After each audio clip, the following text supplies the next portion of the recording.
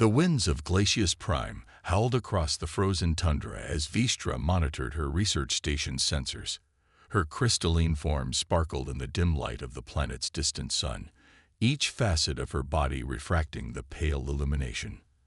As the last surviving member of the Crystalline Research Initiative, she had spent decades studying this harsh world alone, seeking ways to prevent the same ecological disaster that had claimed her homeworld. The storm warning klaxon shattered her concentration. Something large had breached the upper atmosphere, too large to be a meteor, too controlled to be space debris. Her sensor arrays tracked the object's descent, its trajectory suggesting a controlled landing attempt, albeit a struggling one. Through the swirling snow, Vestra observed the vessel's final approach. It was unlike anything she'd seen before. Sleek, dark, and distinctly non-crystalline. The ship fought against the planet's fierce winds before making a rough landing 2 kilometers from her research station. Her people's history told of other alien species, most hostile, all dangerous. She had to protect herself and her research. As she deliberated her next move, the station's external cameras captured movement near the crashed vessel. 5 figures emerged, their forms obscured by protective gear. They moved with purpose, struggling against the bitter wind as they conducted what appeared to be emergency repairs. These weren't the aggressive movements of invaders. They were the desperate actions of survivors. Vestra's crystalline heart resonated with an old frequency, compassion. The storm was intensifying, and her sensors indicated temperatures would drop to lethal levels within hours. Even if these beings meant harm, could she live with herself if she left them to freeze? Using her station's communication array, she broadcast a simple pattern of pulses, universal mathematical sequences that any spacefaring species should recognize as artificial. The figures stopped their work, turning toward her station's direction. One of them raised a device, presumably scanning for the signal source. The group began moving toward her station, fighting through snowdrifts and brutal winds. Vestra activated her station's defensive systems, but kept them powered down. She would be prepared, but not hostile. As they drew closer, she got her first clear view of their faces through their protective visors. They were unlike anything she'd expected, soft-featured, with no crystalline structures at all. The leader, a female judging by their physiological differences, approached the station's external camera. She removed her glove, revealing pink flesh that seemed impossibly vulnerable, and raised her palm in what Vestra recognized as a peaceful gesture. The human spoke, her words lost to the howling wind, but her body language conveyed desperate need. Vestra made her decision. She initiated the airlock sequence, watching as the group hurried inside. The outer doors sealed behind them, and Vestra activated the atmospheric adjustments to match what her scans indicated they needed. As the inner door prepared to open, Vestra stood tall, her crystalline form catching the light. This moment would either mark the beginning of something extraordinary or the end of her solitary existence. The inner door opened, and both species faced each other for the first time. The humans' expressions shifted from relief to awe as they beheld Vestra's crystalline form. The leader stepped forward, keeping her hands visible. "I'm Commander Jade Harrison," she said, her voice carrying a warmth that seemed to defy the frozen world outside. "We're part of a deep space exploration mission. Our ship was damaged in an asteroid field, and we had no choice but to land. We would have died out there if you hadn't helped us." Vestra activated her universal translator, the device converting her crystalline resonances into something the humans could understand. "I am Vestra, last of the Crystalline Research Initiative. Welcome to Glacius Prime. Though I must admit, I never expected to host visitors here." The tension in the room gradually dissolved as both parties realized neither meant harm. Commander Harrison's team introduced themselves. Dr. Ravi Patel, their xenobiologist; Lieutenant Sophia Torres, their engineer; Dr. Marcus Webb, their atmospheric specialist; and Security Officer Kai Chen. As Vestra helped them establish emergency communications with their main vessel, She found herself studying these strange, soft beings. They moved with a grace that belied their seemingly fragile forms, and their eyes held an intelligence that sparkled like the finest crystal formations. The storm raged outside, but within the station, something unprecedented was taking place. Two species, separated by biology, culture, and the vast expanse of space, were finding common ground in their shared respect for survival and discovery. As Vestra watched Dr. Patil excitedly examine her research data, while Lieutenant Torres marveled at the station's crystalline technology, she realized that perhaps the universe wasn't as cold and hostile as she had believed. But as night fell on Glacius Prime, none of them could have known that this chance encounter would soon become the catalyst for events that would reshape the galaxy itself. The first rays of Glacius Prime's pale sun found the research station's laboratory bustling with activity. Dr. Patil hovered over a microscope, studying a sample of Vestra's crystalline structure that she had willingly provided. His dark eyes widened with each new discovery about her unique biology. "The way your molecular structure adapts to environmental changes is remarkable," he breathed, adjusting the microscope's settings. "Your people evolved to survive in conditions that would kill most carbon-based life forms instantly." Vestra's form shifted, creating prismatic patterns that the humans had learned indicated interest. "Yet here you are, surviving on our world with nothing but your technology to protect you. Your adaptability is equally remarkable in its own way." Commander Harrison sat nearby, reviewing data from their damaged ship with Lieutenant Torres. The engineer's diagnosis was grim. "The asteroid impact compromised our main drive systems," Torres reported, running a hand through her short hair. "We can't safely achieve escape velocity without extensive repairs, which we can't complete in these conditions," Harrison finished, her expression troubled. She turned to Vestra. "I know we've already asked much of you, but might we impose on your hospitality a while longer?" Before Vestra could respond, the station's perimeter alarms blared to life. Dr. Webb, who had been analyzing atmospheric data, rushed to the monitoring station. "Multiple objects entering the atmosphere," he announced, his fingers flying over the controls. "Their descent patterns match yours from yesterday, but these are much larger." Vestra's crystalline form pulsed with a deep violet hue, a sign of distress that required no translation. "Those energy signatures," she whispered through the translator. "They're identical to the ships that destroyed my homeworld." The revelation hung heavy in the air. Security Officer Chen immediately moved to a defensive position near the entrance, his training kicking in despite the futility of his simple sidearm against such a threat. "Your homeworld?" Harrison asked softly, moving closer to Vestra. "You never mentioned." "Because the memory resonates with too much pain," Vestra replied, her form dimming. "The Obsidian Collective, a species that believes all non-crystalline life is an aberration, and all imperfect crystalline life must be purified. They attacked without warning, without mercy. Those of us who were different, who believed in cooperation with other species, were marked for elimination." The humans exchanged glances, their expressions hardening with determination. Harrison spoke first, her voice firm. "We know something about facing extinction, about fighting against those who would destroy what they don't understand. We're not about to let history repeat itself." Torres looked up from her console, her eyes bright with sudden inspiration. "The crystalline technology here, could it be modified to interface with our ship's systems? If we could combine our propulsion theories with your energy manipulation capabilities, it would be unprecedented," Vestra responded, her color shifting to a hopeful blue. "But then, everything about this encounter has been unprecedented." As the Obsidian ships drew closer, the unlikely allies worked feverishly.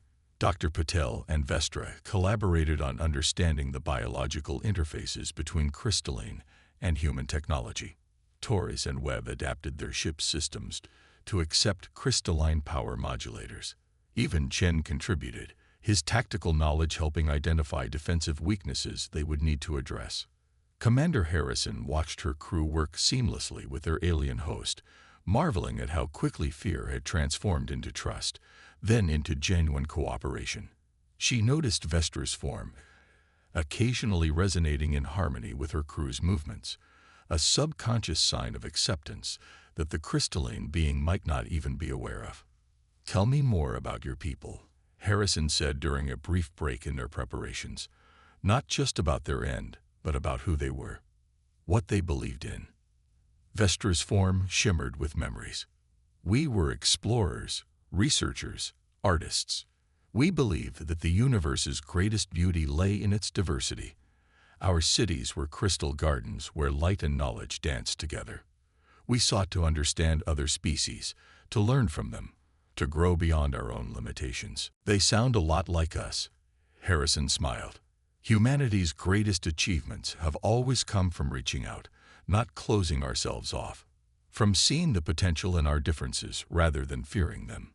A warning chime interrupted their conversation.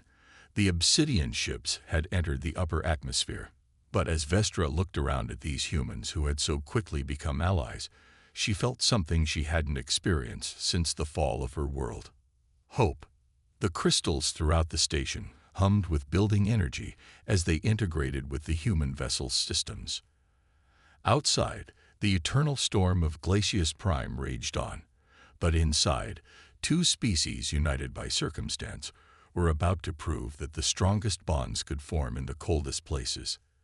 As the first obsidian ship broke through the cloud cover, its black crystalline surface absorbing all light, Harrison placed a hand on Vestra's faceted shoulder. The simple gesture conveyed more than words ever could. Whatever came next, they would face it together. Little did the Obsidian Collective know that their arrival had catalyzed something unprecedented in the galaxy's history. It wasn't just two species joining forces. It was the birth of a whole new way of thinking about survival, cooperation, and the true meaning of evolution. The real question was, would this newfound alliance be enough to survive what was coming? The obsidian ship loomed over the research station like a black star, its crystalline surface seeming to devour the pale light of Glacius Prime. Inside the station, the unlikely allies watched their sensors with growing concern as three more ships emerged from the storm clouds. "Their energy readings are off the scale," Torres muttered, her fingers dancing across the modified control panel. The crystalline interfaces Vestra had helped install pulsed with data. "One ship alone has enough power to glass half the continent. They don't immediately attack," Vestra observed, her form shifting to deep blues of concentration. "This is unusual. The collective typically strikes without warning." As if in response to her words, a transmission cut through their communication system. The voice that emerged was like the sound of grinding crystals, yet carried unmistakable sentience. "Impure one," it addressed Vestra, "you harbor soft flesh aberrations. This is your final chance for redemption. Surrender them, and you may yet be purified." Harrison stepped forward, her jaw set. "We're not exactly fond of being called aberrations. I am Commander Jade Harrison of Earth, and these people are under my protection." A sound like shattering glass echoed through the speakers, something that Vestra's translator identified as laughter. "The soft flesh presumes to protect. Your species is barely past planetary confinement. You know nothing of true power." Dr. Patel, who had been quietly working at his station, suddenly straightened. "Commander Vestra, I finished analyzing the data from our combined scans. The obsidian ships, they're not just similar to Vestra's crystalline structure. They're trying to mimic it, but imperfectly." Vestra's form pulsed with sudden realization. "Of course," she whispered, "they were never pure crystals at all. They're organic beings who found a way to crystallize themselves, to force an evolution they hadn't earned. That's why they hate both pure organic life and natural crystalline beings. We remind them of their own artificiality." The revelation was cut short as the first energy blast struck the station's shields. The hybrid crystalline human defenses held, but the entire structure shuddered. Officer Chen's tactical display lit up with warning indicators. "They're positioning for a multi-vector assault," he reported calmly, though his knuckles were white on the console edge. Standard containment pattern. They'd done this before. Many times, Vestra confirmed, her voice heavy with memory. But they've never encountered a defense quite like ours. Dr. Webb, who had been quiet during the exchange, spoke up from his atmospheric monitoring station. "The storm," he said suddenly. "We're thinking about this wrong. We don't need to beat their ships. We just need to use what's already here." Harrison caught on immediately. The planetary conditions. Torres, what would happen if we reversed the polarity on Vestra's weather control systems and fed them with power from our ship's cores? Torres' eyes widened. Combined with the crystalline amplifiers, we could theoretically create a hyper-focused storm directly above us. The temperature differential alone would create ice crystallization patterns that would interfere with their ship's artificial crystalline matrices. Vestra finished, her form brightening with excitement. But the power requirements would be enormous. We'd have only one chance. Another blast rocked the station. "One chance is all we ever have." Harrison replied with a grim smile. "How long do you need?" 10 minutes to modify the systems," Torres said. 8 minutes until their containment pattern is complete," Chen reported. Harrison nodded. "Then we have 7 minutes to prove them wrong about us soft flesh aberrations. Everyone knows their parts. Move." What followed was a desperate race against time. Torres and Vestra worked in perfect synchronization, their differences forgotten in the flow of their task. Webb calculated atmospheric variables faster than the station's computers, while Paddle used his newfound knowledge of crystalline biology to predict how the enemy ships would react. Chen coordinated their remaining defensive capabilities, buying precious seconds with each creative countermeasure. Harrison moved between them all, coordinating, encouraging, keeping them focused when the next hit felt like it would tear the station apart. With 30 seconds remaining, Torres looked up from the final calibration. "Ready on your command." Harrison turned to Vestra. "This is your home, your technology. This should be your call." Vestra's form, pulsed with colors no human had seen before, emotions their eyes couldn't fully process, but their hearts somehow understood. "No," she said softly. "This is our home now. Our technology. Our stand." She turned to Harrison. "Give the command, Commander." Harrison allowed herself one small smile before her expression hardened with determination. "Lieutenant Torres, on my mark, initiate the storm sequence. Officer Chen, prepare to divert all remaining power to the crystalline amplifiers. Dr. Webb, the moment you see atmospheric destabilization, I want vectors for maximum impact." Through the station's viewport, they could see the obsidian ships completing their pattern, their black surfaces now forming a perfect geometric prison around the station. The enemy commander's voice came through once more. "Your time is up, impure ones. Prepare for..." Now. Harrison's command cut through the threat like a blade. The combined power of human engineering and crystalline technology surged upward into Glacius Prime's atmosphere. For a moment, nothing seemed to happen. Then the sky itself began to change. The real question wasn't whether their plan would work, it was whether they would survive seeing if it did. The storm that erupted above Glacius Prime's research station defied description. Crystalline ice formations, energized by the combined power of human and alien technology, spiraled upward like inverse lightning. The obsidian ships, caught in their own perfect attack formation, suddenly found themselves trapped within a lattice of energized ice crystals that resonated at exactly the frequency to disrupt their artificial crystalline structures.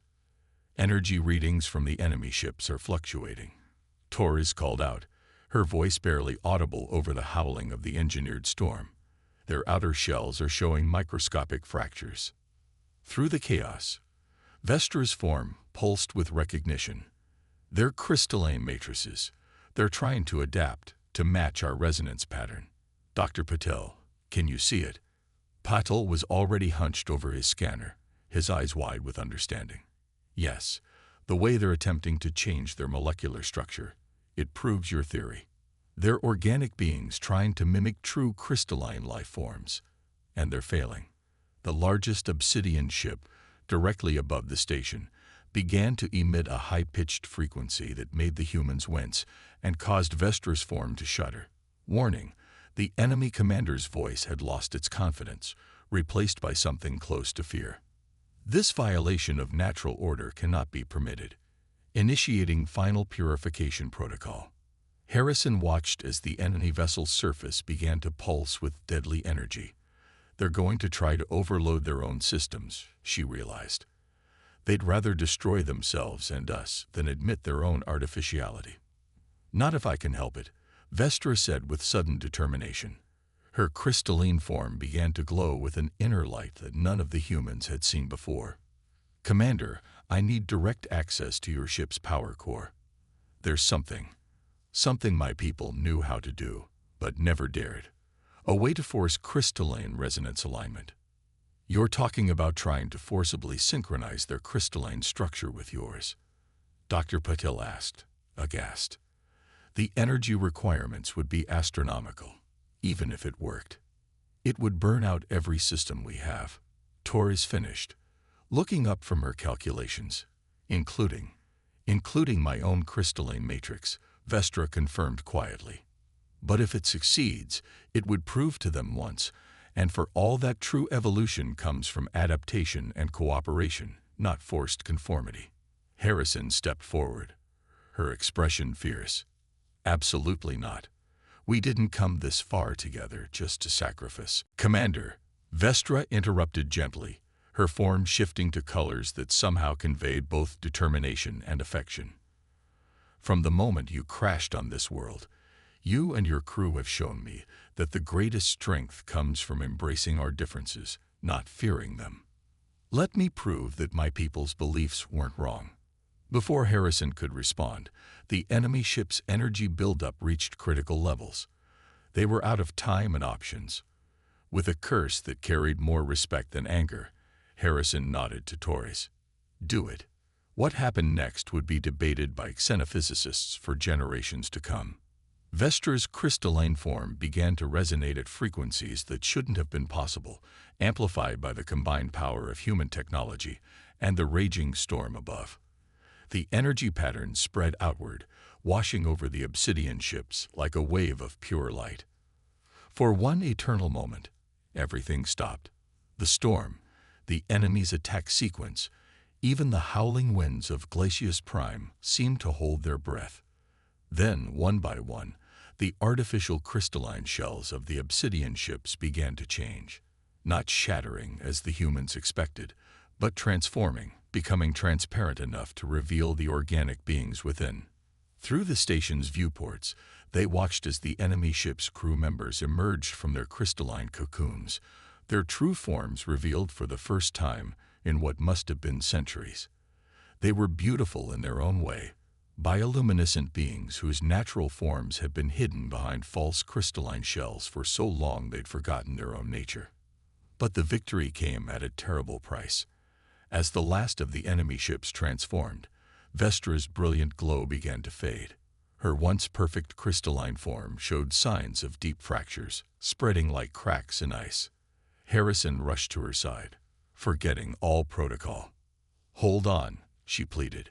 "Our medical equipment is designed for soft tissue beings." Vestra finished, her voice growing fainter in their minds.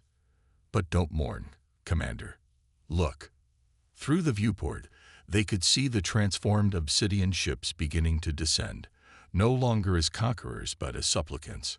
Their weapons were powered down, their artificial crystalline shells permanently transformed into something new. Neither purely organic nor purely crystalline, but a harmonious blend of both. As Vestra's form continued to fade, Harrison refused to give up.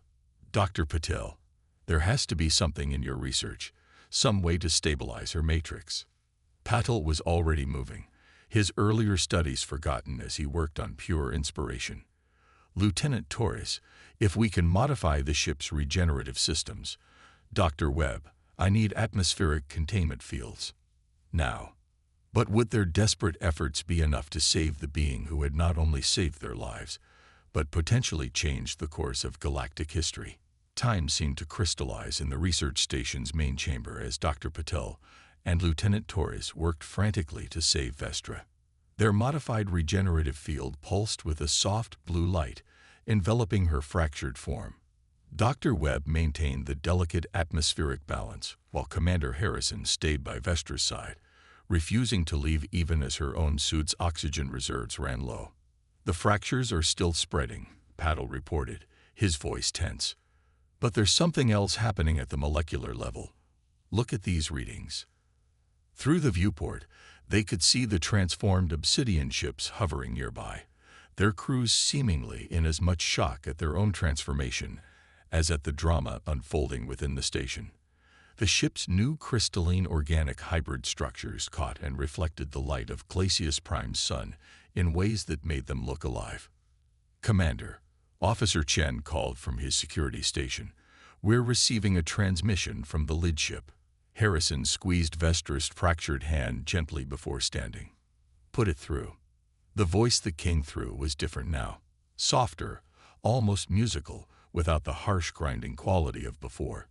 We remember now what we were, what we did to ourselves in our fear of change and difference." There was a pause filled with what could only be described as shame. "We would help, if you would allow it." Harrison looked to Patel, who nodded frantically. "At this point, Commander, any insight into crystalline organic integration could be crucial." "Permission granted," Harrison replied to the transmission.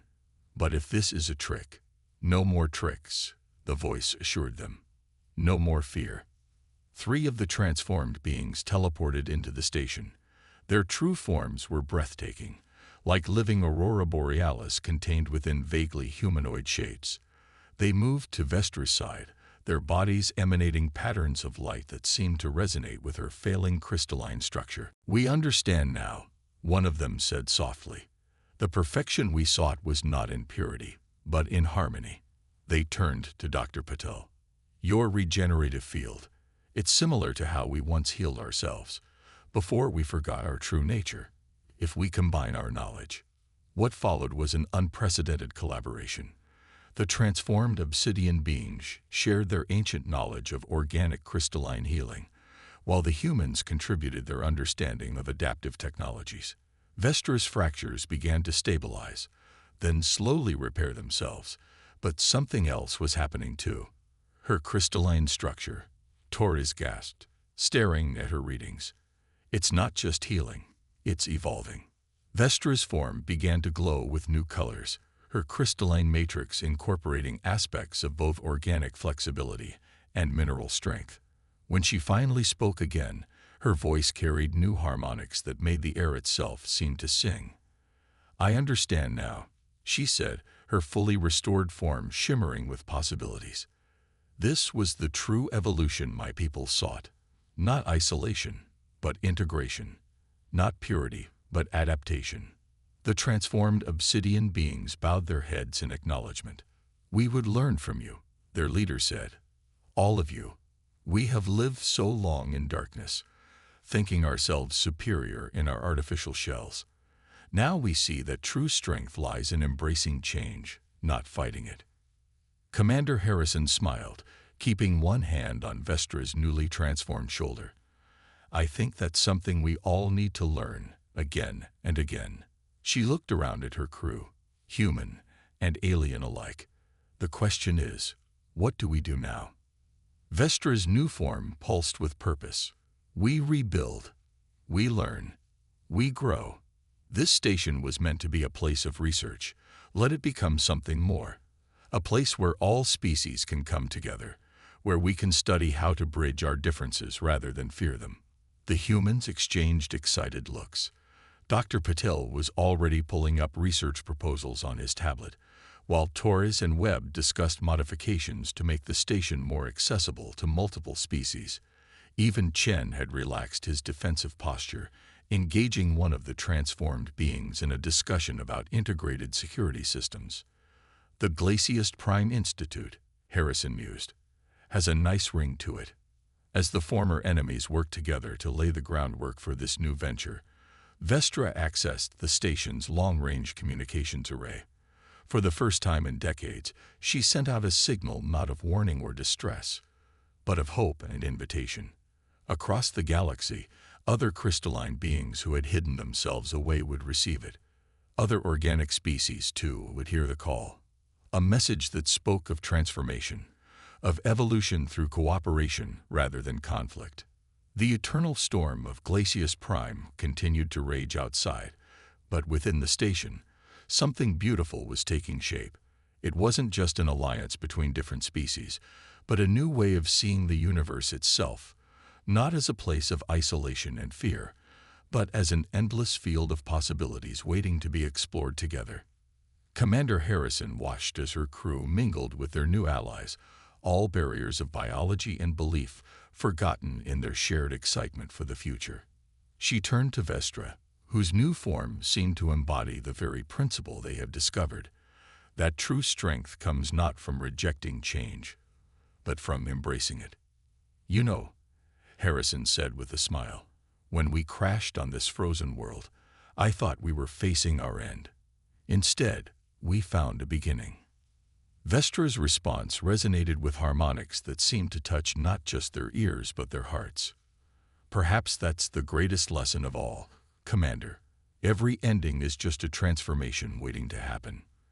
As the light of Glacius Prime's sun caught Vestra's evolved crystalline form, casting rainbow patterns across the station's walls, none could deny the truth of those words. In the cold depths of space, on a frozen world that had once known only isolation, warmth had finally blossomed, not despite their differences, but because of them. The end.